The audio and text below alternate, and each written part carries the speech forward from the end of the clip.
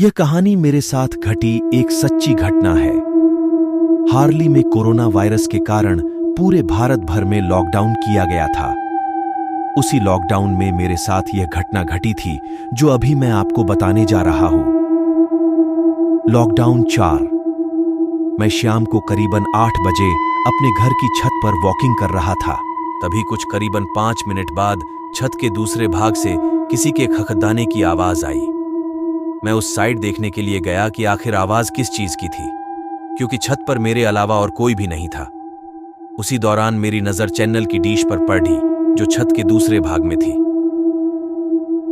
मुझे लगा कि शायद कोई चूहा होगा, इसलिए मैंने ज्यादा ध्यान नहीं दिया। कुछ देर बाद फिर से वही आवाज आई।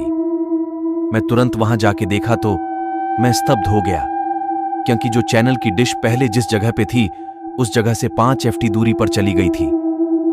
मेरी समझ में कुछ नहीं आ रहा था, आखिर यह हुआ तो कैसे हुआ। बाद में मैं उसी जगह खाड़ी डीडा रहकर देखने लगा कि क्या अब मेरी नजर के सामने यह हिलती है क्या।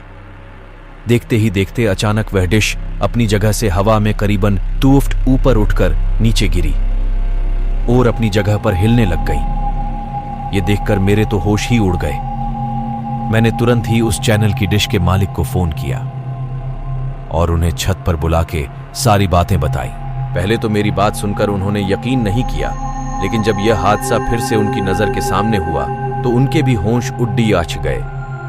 कुछ देर बाद आसपास के लोग भी इकट्ठा हो गए। लोगों को लगा कि शायद कोई भूत प्रेत होगा जो यह सब कर रहा होगा। फिर हम सब ने उस डिश को रस्सी से बांध दिया और फैसला किया कि कल सुबह ही इस डिश को यहां से निकलकर फेंक देंगे। उस रात करीबन 1:45 बजे हम सब सो रहे थे, तभी मुझे छत पर किसी के घूमने की आवाज सुनाई दी। क्योंकि मेरा घर टॉप फ्लोर पे था, इसलिए जब भी छत पर कुछ भी हो तो सबसे पहले हमें सुनाई देता है।